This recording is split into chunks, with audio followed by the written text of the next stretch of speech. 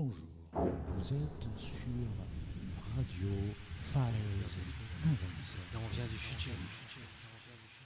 On est en 2050, donc là on va faire un petit voyage dans le temps pour vous dire, vous expliquer un petit peu ce qui s'est passé depuis toutes ces années.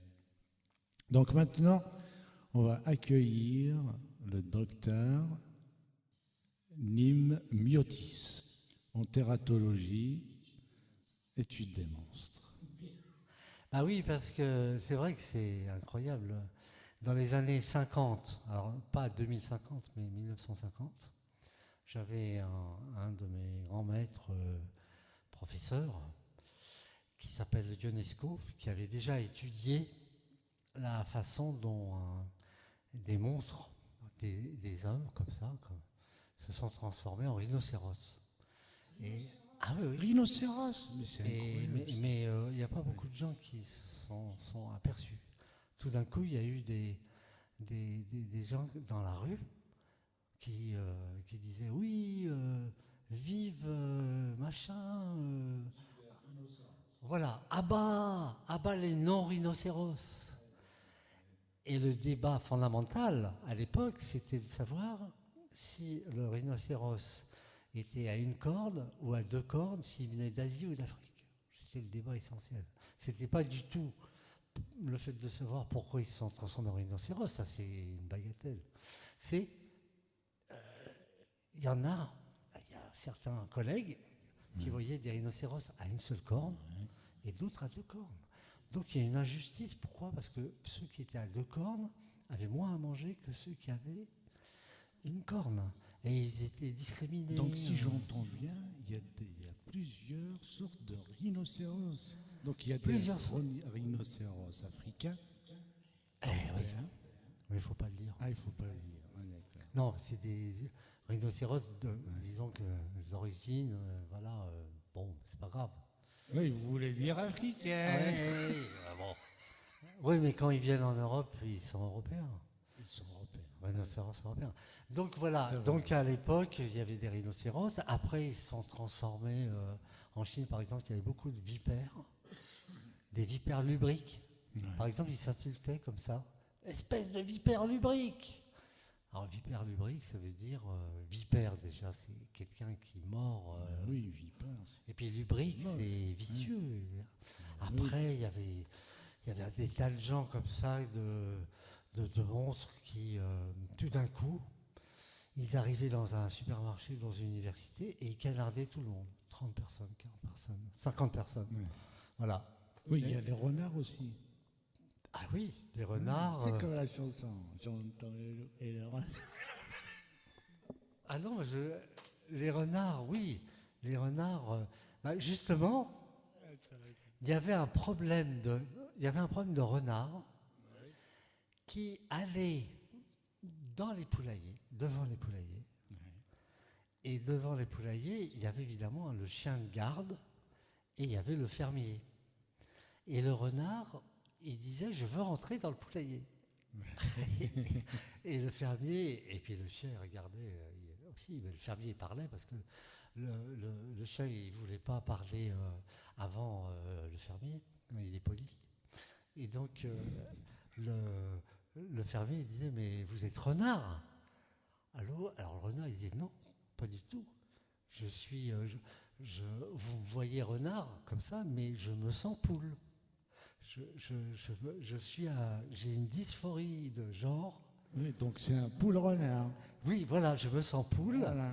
Et vous n'avez pas le droit de dire que je suis un renard parce que ça veut dire que c'est du racisme. Ouais, donc c'est un poulard. Oui. Voilà, un poulard. Un poulard, et c'est bien ce que vous êtes en train de dire, parce que Poulard, rappelez-vous, c'est l'université Poulard, je crois, de Harry Potter, non ? C'est pas ça ? Oui, c'est vrai.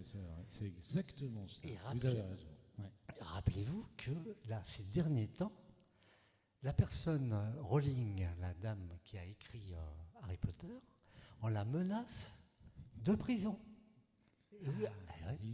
Et vous savez pourquoi ? parce qu'elle a osé dire que une femme, c'est une femme, un homme, c'est un homme. Et on n'a plus le droit de dire. On a, dans les années. Il y a longtemps, hein, dans les années 23, 24, là on est en 2050. Hein, eh bien, c'était impossible de dire ça. Alors maintenant, évidemment, on ne le dit plus du tout. Hein. On parle de trucs bidules. Enfin, c'est juste les prénoms. Et on peut changer de prénom d'ailleurs chaque jour. Et donc, elle a dit envoyez-moi en prison, mais à la bibliothèque. Et puis parfois, pour changer, j'aimerais bien aller à la cuisine aussi, parce que j'aimerais bien faire de la cuisine. Et puis, j'aimerais bien m'occuper des vêtements, mais je commanderais que des vêtements en rose, parce que j'aime bien le rose. Donc, d'accord, docteur. Voilà, poularde. Voilà. Et donc, je m'intéresse aux monstres, et spécialement, c'est ainsi des monstres qu'on appelle les bébés. Oui, j'allais justement vous poser la question là-dessus. Oui. À propos des bébés. Allez-y, continuez, docteur, continuez. On vous écoute. Alors, les bébés, c'est pas seulement les adeptes de Brigitte Bardot. Pire que ça, vous êtes devenu bébé. J'ai toujours été bébé, remarquez, puisque c'est mon vrai nom. À quoi ressemble votre vie? Ma vie ressemble à une grande prison, agréable, mais c'est un peu une prison quand même. C'est-à-dire que vous ne savez pas, vous ne vous appartenez plus. Non, j'appartiens à tout le monde. On me fait dire des choses que je ne dis pas. On me fait faire des choses que je ne fais pas. Avec ses initiales, bébé, justement, signifiait que c'était un petit bébé sympa qui chantait, justement, qu'elle aime bien être en Harley Davidson, etc. Je t'aime moi non plus, avec Serge Gainsbourg, etc. Puis elle s'occupait des animaux, des bébés animaux. Mais moi, je m'occupe plutôt des boucheries, ceux qui sont spécialisés dans la boucherie de bébés. Et alors vous allez me dire, c'est affreux ce que tu es en train de raconter. Comme je suis tératologue, j'étudie les monstres, justement. Et ceux qui sont spécialisés dans la boucherie de bébés, ce sont des monstres, mais ils ne veulent pas qu'on les appelle comme ça parce qu'ils ont une dysphorie de genre. Ils ont une dysphorie de genre. Mais docteur, laissez-moi une seconde. Oui. J'ai une question. Ces monstres, ils ont des noms quand même. Ils occupent peut-être même des postes, docteur.